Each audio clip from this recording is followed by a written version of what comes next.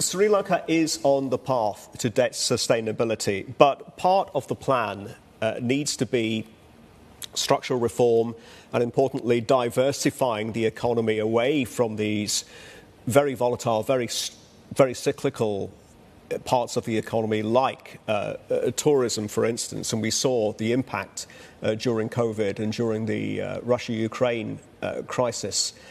Where is Sri Lanka in this process? And how can Sri Lanka ensure that this is the last IMF program?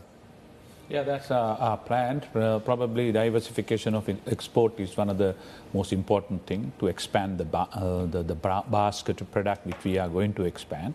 And that's why we are entering into several of the free trade agreement with mostly in the ASEAN countries. We have already entered with the Singaporeans and finished one with the Thailand, and we are trying to do a lot of work together with Indians. So renewable energy exports becoming, ports becoming much more competitive in the region. And of course, the Sinopec had won a tender to build a refinery in the southern part of Sri Lanka. So there is a lot of interest in Sri Lanka, hopefully. So diversification is taking place. Of course, making it a manufacturing hub is also a long-term plan. Naturally, there is, and of course, also restructuring our state-owned enterprises, which have been kind of bleeding for a long period of time. It has turned around in the recent past and start making profit because we are now introducing cost-reflective pricing. Minister, in the longer term, when you look at your partners in Southeast Asia, whether it's in Singapore, whether it's in Malaysia, Thailand, Philippines, Vietnam, they're all moving up the value chain. What is Sri Lanka doing to build its digital economy? Yeah, I think that's one of our key priorities right now. We are trying to talk to and learn from the countries like from Japan and also Singapore and the other countries to build our digital economy. And we have a robust workforce there.